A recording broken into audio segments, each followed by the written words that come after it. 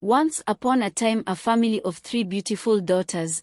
The youngest of these daughters was named Olanma, which means gold. Her parents chose this name because they believed she was as precious as gold. However, because of her striking beauty, everyone in the village began to call her Ugegbe, which means mirror of beauty. As Ugegbe grew, her beauty shone brighter and the nickname stuck. It became so common that even her family began to call her Ma. Eventually, everyone forgot that her real name was Olanma. When Olanma introduced herself, she used the name everyone knew her by. You are truly beautiful, like a rare gem. The villagers would admire her, and so Ugegbe became her identity, known and admired by everyone in the village. Ugegbe was not just beautiful, she was also kind-hearted and very talented at sewing clothes. As the youngest of 3 daughters, she looked up to her older siblings Ezinne and Chioma, who were also very beautiful men, loved her family deeply, and was proud of her sisters.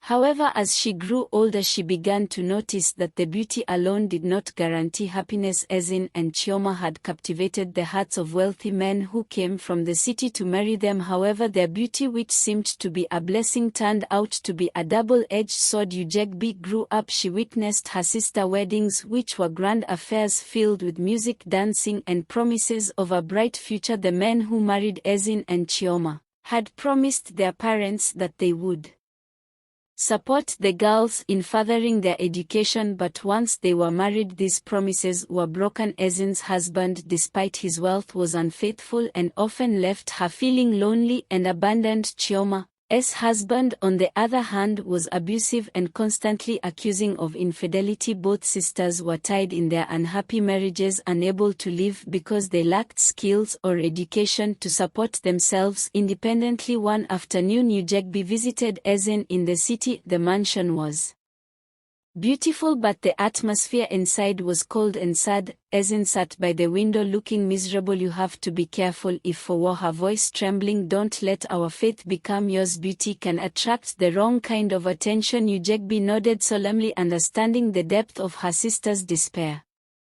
She then visited Chioma, who had a bruise on her cheek from a recent beating. Why don't you leave him? Ugegbe asked, tears welling in her eyes. I have nowhere to go and I don't want to burden on our parents. Besides, they rely on the money he sends them. Chioma replied, her voice barely a whisper. Ugegbe returned home from visiting her sisters in the city, her arms full of goodies. She had brought back gifts of clothes, food, and other items her sisters had given her. Her mother greeted her warmly as she entered their small modest house in the village. Ugegbe, you are back, she exclaimed, her eyes lighting up. What did you bring? Ugegbe handed her mother the bags. Here, Mama, these are from Ezinne and Chioma. They wanted to make sure you have everything you need. Ugegbe's mother began to unpack the bags, smiling at the content, but Ugegbe's heart was heavy. She couldn't hold back her feelings any longer. Mama, I need to talk to you, Ugegbe said, her voice serious. She looked up, sensing the urgency in her daughter's tone. What is it, my child? Ugegbe took a deep breath. Mama, Ezinne and Chioma are suffering. Ezinne's husband cheats on her all the time. Her mother sighed and shook her head. Ugegbe, you are still young, you do not understand marriage yet. When you grow up, you will see that a woman must be strong and endure her marriage just like I have. Ugegbe was confused. But Mama, why should they stay if they are unhappy? Ugegbe's mother sat down and looked at her with a tired expression. Do you think I stay with your father because I am happy all the time? No, Ma, I stay because it is my duty as a wife and mother. We must be strong for our family.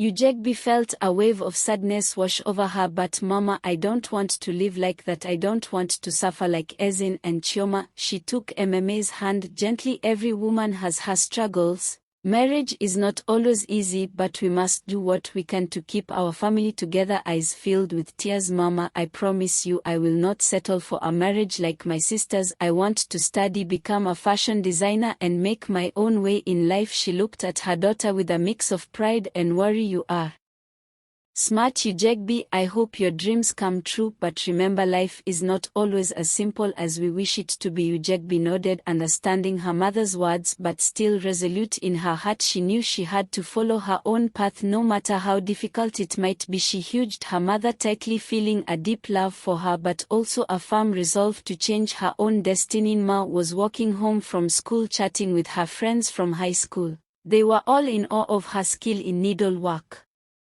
praising her designs and talent. You are so talented, everyone loves your clothes, said Nkechi, one of her friends. Thank you, Nkechi, Ugegbe replied with a smile. I just love making beautiful things. As they were about to part ways, Ma turned to another friend, Amara.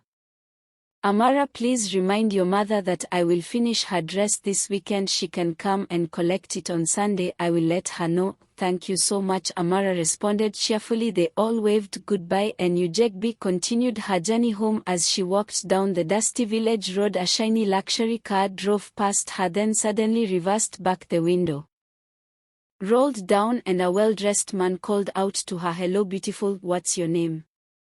The man asked, smiling. Ugegbe stopped and looked at him, feeling uncomfortable. My name is Ugegbe, what do you want? The man smiled. You are very beautiful, Ugegbe. I like you. I want to get to know you better. Ugegbe frowned and shook her head. Thank you, but I'm not interested. The man seemed surprised by her response but didn't give up. He asked where she lived and drove to her house. When he arrived, he spoke to Ugegbe's parents, telling them the same story her sister's husbands had told. I want to marry your daughter, the man said confidently. I will take her to the city and help her further her studies. She will have a good life with me. Ugegbe's parents were excited and tried to convince her, this is a good opportunity for you. He's a wealthy man and he will take care of you. But Ugegbe was firm. No, Mama, Papa, I do not want to marry him. I want to continue my studies and become a fashion designer. Despite her parents' attempts to persuade her, Ugegbe refused the man's proposal. Over time, many other suitors came, each promising her heaven and earth, but Ugegbe turned them all down. At the end of the year, the results from her school exams were announced. Ugegbe was nervous but hopeful as she went to check her results. When she saw her scores, she was overjoyed. She had passed with flying colors and her dream of going to college to study fashion designing was within reach. She ran home to share the good news with her parents. Mama, Papa, I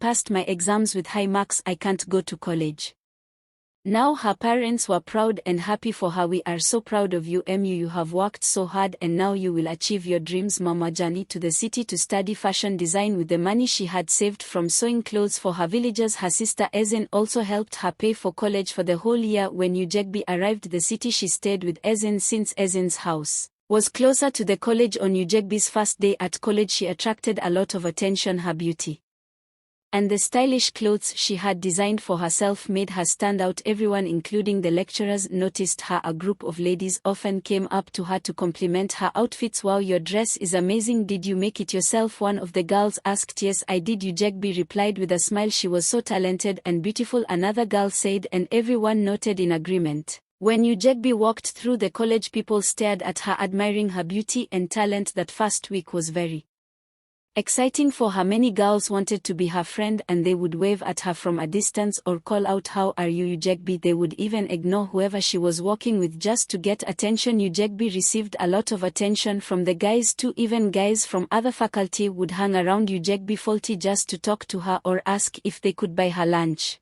Hi, would you like to have lunch with me today? One of the boys asked. Thank you, but I already have plans, Ugegbe would reply politely. Despite all the attention, Ugegbe was unsure who truly liked her for who she was. She felt that people were drawn to her looks rather than her personality. After the first week of classes, Ugegbe was due to move into the college residence that Friday. After her classes, she went back to Ezinne's house. She could hear Ezinne and her husband arguing, which made her very upset. On that night, Ugegbe took her old sewing kit and started sewing a mask to cover her face. The material was small, so she had to put many pieces together, resulting in a lot of stitches. Ugegbe didn't care about the appearance of the mask, she just needed something to cover her face. She used the silicone texture which felt like real skin but looked hideous. On Sunday night, Ezinne drove Ugegbe to the residence where she would stay. They hugged and said goodbye. I will come to visit you whenever I can. Okay, study hard, Ezinne said. Ugegbe was alone in the residence because her roommate had not yet moved in. On Monday, Ugegbe